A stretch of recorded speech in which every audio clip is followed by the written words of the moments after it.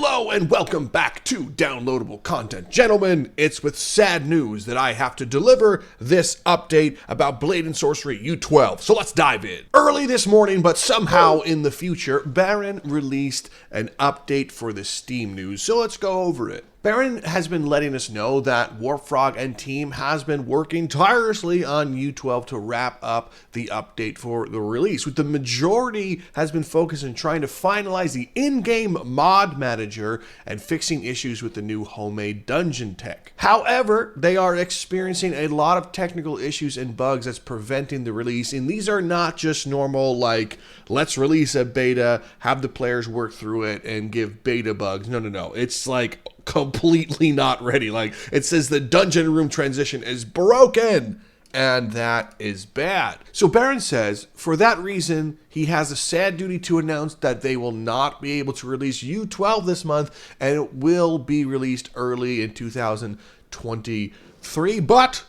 he had not said exactly in 2023, so it could be Q1, which unfortunately is the first 3 months of. Just note, they want it to be literally as soon as possible, as long as they can get those technical issues fixed. But in the meantime, we can get a little preview about U12 and show how things are going. So first off, let's look at Breakables. This is so fun. Baron says it was a nice surprise for him to see how much interest was generated over Breakables in the last news. The funny thing was, it was only supposed to be like one line of news, but it seemed to get people's attention and a bit more. You're welcome for that, by the way. I'm not going to take full credit, but I deserve some credit. So look at this GIF right here. Nice. There's a mouse on the screen. Way to go, Baron. Just kidding.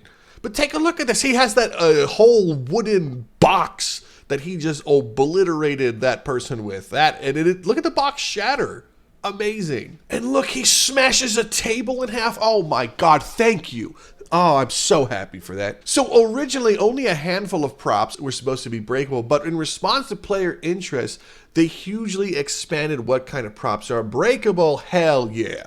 It now includes a lot more objects like benches, wooden tables, looking at you, table god, crates, and etc. And in fact, they went a bit mad and now has 24 breakable props in the game, so that's going to be fantastic. Baron goes on to say one of the questions that was popping up was if broken parts of the breakables could be used as weapons. I remember that interview, Baron. For things like blunt objects, you could always use the object as a blunt object to attack new things, but for things like ceramic shards, the answer was originally no, because you would have to add damage handlers to individual shards. However, since then, it did seem like a cool idea and something the player was interested in. So they went ahead and added damage handlers to things like broken pots so you can stab away. Hell yeah, look at this. He breaks the pot over their head and then stabs them with the ceramic shard. Ugh.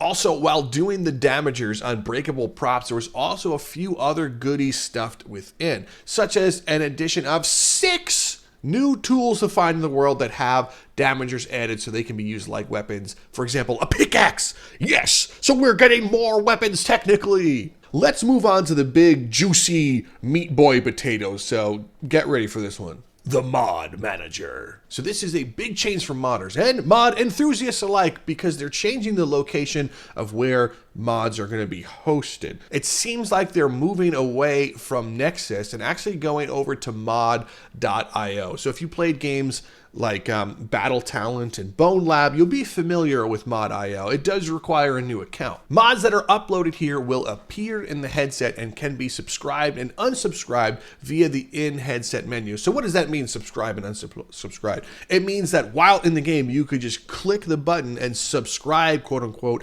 adds it to like your inventory of in-game mods, and unsubscribing it tells the headset to delete it automatically. It's actually a really cool feature. And Baron is given some big bold right here saying, modders, if you want to have your mods show up in headset, I recommend that you start uploading your mods now so they are ready to roll before U12 launches. So what that means is go make a mod.io account and upload all your mods there right now. We also get a little preview for how it's going to look in headset. So this is really interesting for me. So right here, you can see the My Mod section where it has, the torsos on, the wrist breakers. This is really cool. And there's a little trash button. So it seems really easy to just delete things. You can also see the spot right in the middle, which is like featured and popular and most download right from here. The only thing I don't see so far is a search bar. If I knew exactly what mod I wanted to get, can I search for it? We'll see when the full release comes out. And if we looked at the filters on the left, it's cool where you have mod type, filter it by weapons, armor, spells, graphics. That is really cool in quality of life. The only thing that wrinkles my brain is if you go up here and go to game version, they've backdated it to what seems like U8, which is crazy. I mean, I don't know why you would go back and play U8, but it's there if you want it. It is a little strange that it's going back that far and not including U7, because U7 had arguably the best mods out there. But this is really interesting. I'm going to just say this is interesting that you can go back that far with an in-game mod manager. One thing to point out is that most modders use Nexus and get like download points for this stuff. So obviously moving to mod.io, I don't know what they have set up for modders as far as some kickback, but Baron's saying rest assured that if you're not interested in this in-headset mod menu, this isn't the only way to install mods now. You could still download things from Nexus or mod.io and still install them manually. It's still very simple to install mods for Blade and Sorcery, so that still will be an option. So let's move on to the new rooms for the dungeon. So in the last news, Baron mentioned that the whole new Dalgarian dungeon was planned for 1.0. So it's a bit of ways away, but they did mention that U12 will be adding a bunch of new side rooms that will be expanding old dungeon rooms. These were just little extensions added onto current rooms that will eventually be used for loot purposes. But for right now, it's just fun to explore, to add doors to the dungeons that, well, you can throw the enemies through. Look! And the funny part is, Baron says in the last news, they have downplayed the whole, we're adding more rooms just a teeny bit, because they have added about 14 side rooms into the game. But they also didn't mention that there's also about 24 entirely new dungeon rooms being added. For content, the current 11 dungeon outpost has something like 50 rooms in total. So this is about half. We're getting another half more. Look at this. Look at this picture right here. It looks like a whole like town. Oh my God, there's a wall over there. There's a tower. Oh, this is so cool. There will also be a mix of transition rooms, standard rooms, as well as a big arena type room. So the watermill, and by the arena type, those rooms will have like mini spawn waves like the chapel or library, but not the final wave room like the watchtower. Oh man, and look at those water effects. This is going to be great. This is going to be great.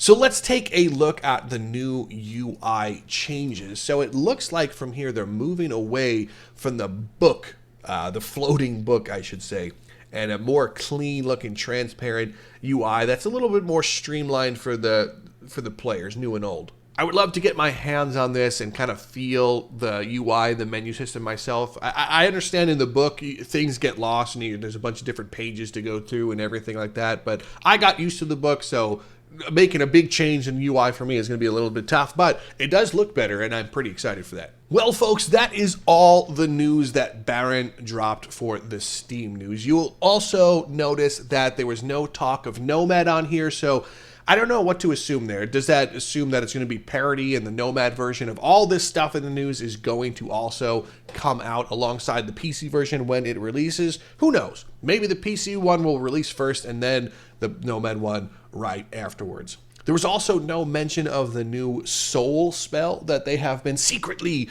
working on in the background, so perhaps that will or won't make it to U12, possibly a 1.0 or a mid-release for U12. But other than that, thank you so much for stopping by and listening to me read you the Steam news. I appreciate it. And go ahead and do all that YouTube stuff. Subscribe if you're new. But other than that, I am Rob from Downloadable Content, and I will see you next time.